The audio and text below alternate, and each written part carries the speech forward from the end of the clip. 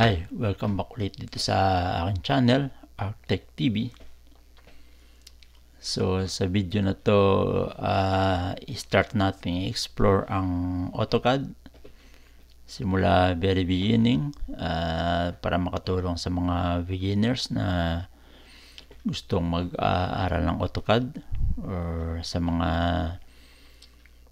students ng architecture, engineering, at kahit kung ano pa mang gumagamit ng AutoCAD. So, simula tayo sa the very beginning, yung home at yung under ng draw. Meron siyang mga commands na line, polyline, circle, arc, rectangle, ellipse, and hatch. So, start tayo sa line. Para sa mga beginner, mas maganda ang para maging familiar kayo sa mga ribbon or sa tab ng AutoCAD. Gamitin nyo itong tabs. So, start tayo sa line. I-click nyo lang yung line. Pero sundan nyo yung nakalagay dito sa command prompt. Ito yung guide para ma-kompleto ang command. So, say specify first point. So, click lang. Then, specify second point. Next, next, next, next, next. So, ayan ang line. Pero, may tip. Ang sinya, makikita nyo dito na hindi siya diretso. So, pag pinress nyo yung F8, magiging diretso siya. Then, kung gusto nyong bumali ulit ng may degrees, F8 ulit. So, ayan, babalik siya. So, ayan ang line command. So, next is polyline. So, click nyo lang ulit to, polyline, then follow this start point. Then, click, click, click, click, click. Enter. So, ito ang polyline. Bali, ang polyline, isang entity siya. Nakabit-kabit na lines. Unlike line, hiwa-hiwalay siya. See, pwede natin i-detach to. Pero dito sa polyline, kabit-kabit siya. So, balik lang natin to. So, ayun, ang polyline. Polyline, mas maganda. Halimbawa, gagawa kayo ng chair. Polyline. Then, click lang ng ganyan.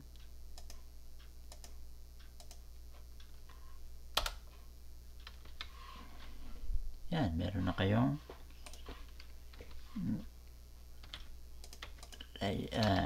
sandali, move ko lang ito.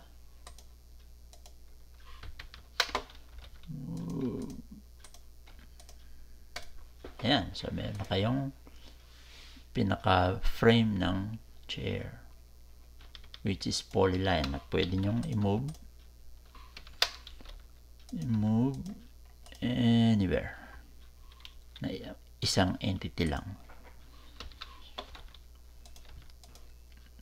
So, next is circle. So, circle, ganoon din. Click yung tab. And specify center point, center. And, yan. Instant circle. Halimbawa, gawa kayo ng table. So, click circle, click like that, meron na kayong table. See? So, simple lang itong mga standard commands na ginagamit sa pag-drawing. So, next is arc. Arc naman, pindutin nyo rin lang yan. specify start point ulit. Then, click lang kayo anywhere. And makapag-drawing ka na kayo ng arc. So, arc siya. Drawing tayo ng arc dito. Arc.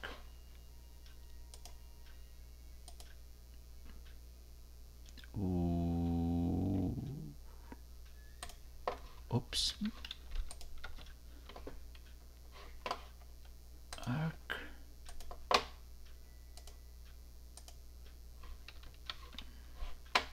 Arc. Hindi matumbok. Ayan, meron na kayong arc. So, yung mga option, arc. Yung mga option dito, laro-laro nyo lang yan. Say center. So, pinakikita yung center, yung arc.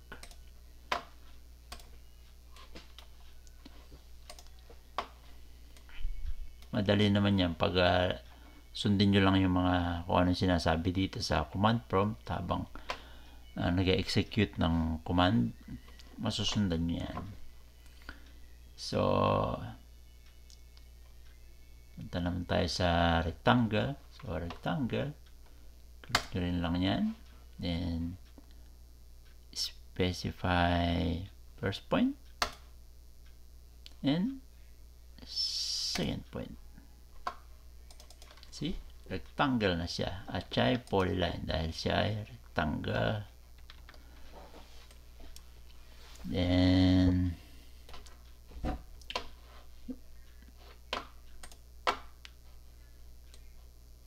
so, same thing. Halimbawa, gagawa kayo ng furniture. Pwedeng instead of polyline, gamitin nyo na rectangle. Let's say dun sa chair. Click. Mas mabilis. 2 click lang. Samantala sa polyline, 4.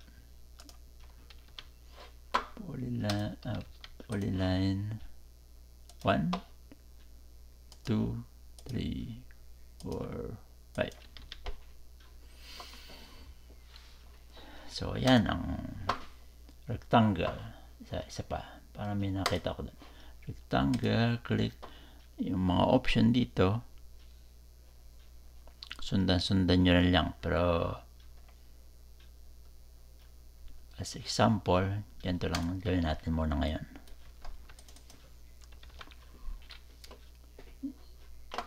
So, yung next is ellipse. So, click nyo rin lang yung ellipse. And, lagi nyo susundan itong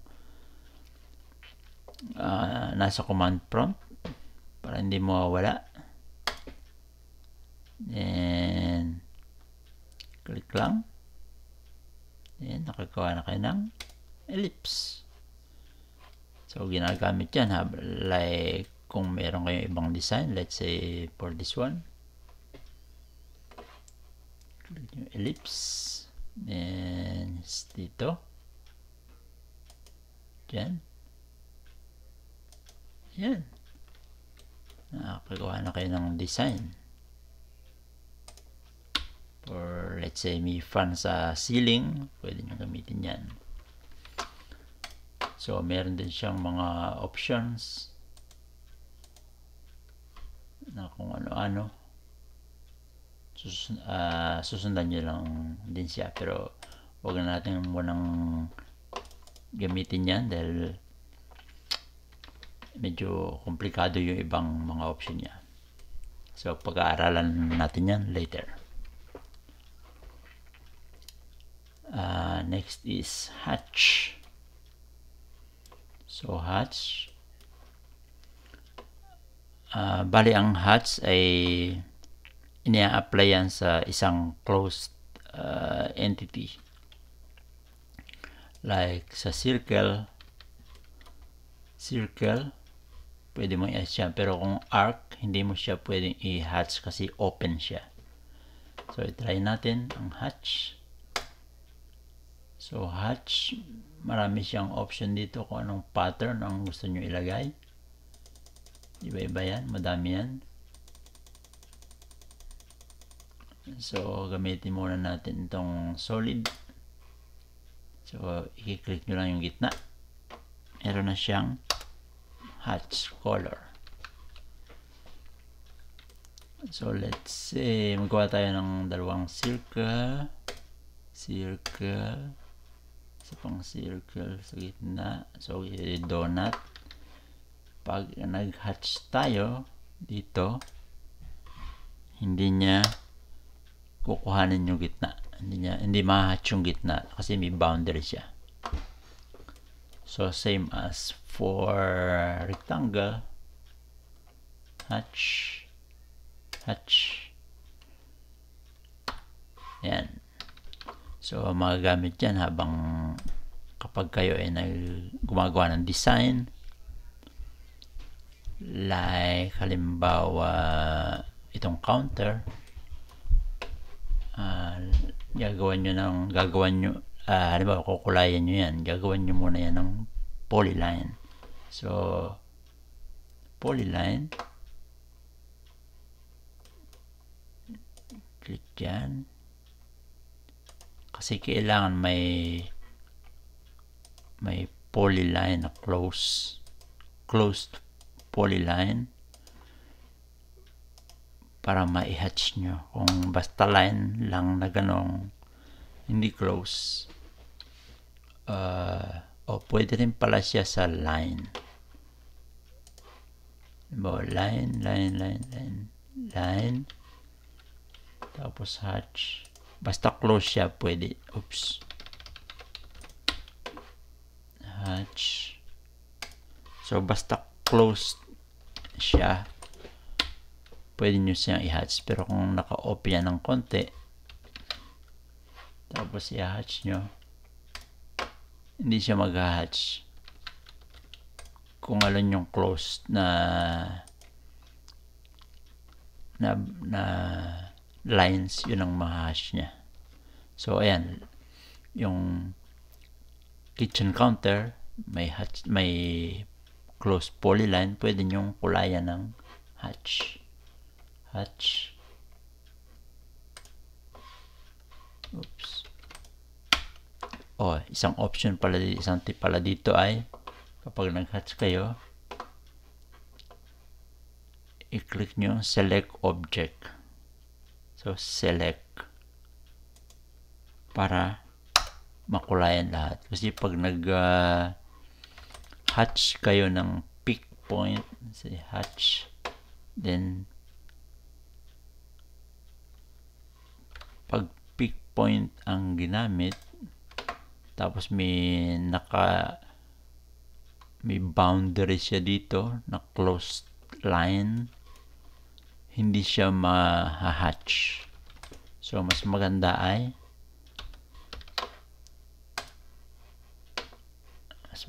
select yung polyline para ma-hatch lahat. So, kung nagdi-design kayo for presentation, pwede nyong palitan niya ng kulay.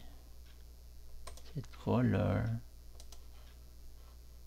Yellow. Yan. So, halimbawa, iba-ibang room, iba-ibang kulay. So, yan ang function ng hatch. So, siguro hanggang dito na lang muna. At yan ang pinaka-basic na command na malimit gamitin sa pag-drawing na dito sa AutoCAD. So, hanggang dito na lang muna tayo at next time, dun tayo sa next tab, ang modify. So, see you next video. Thank you.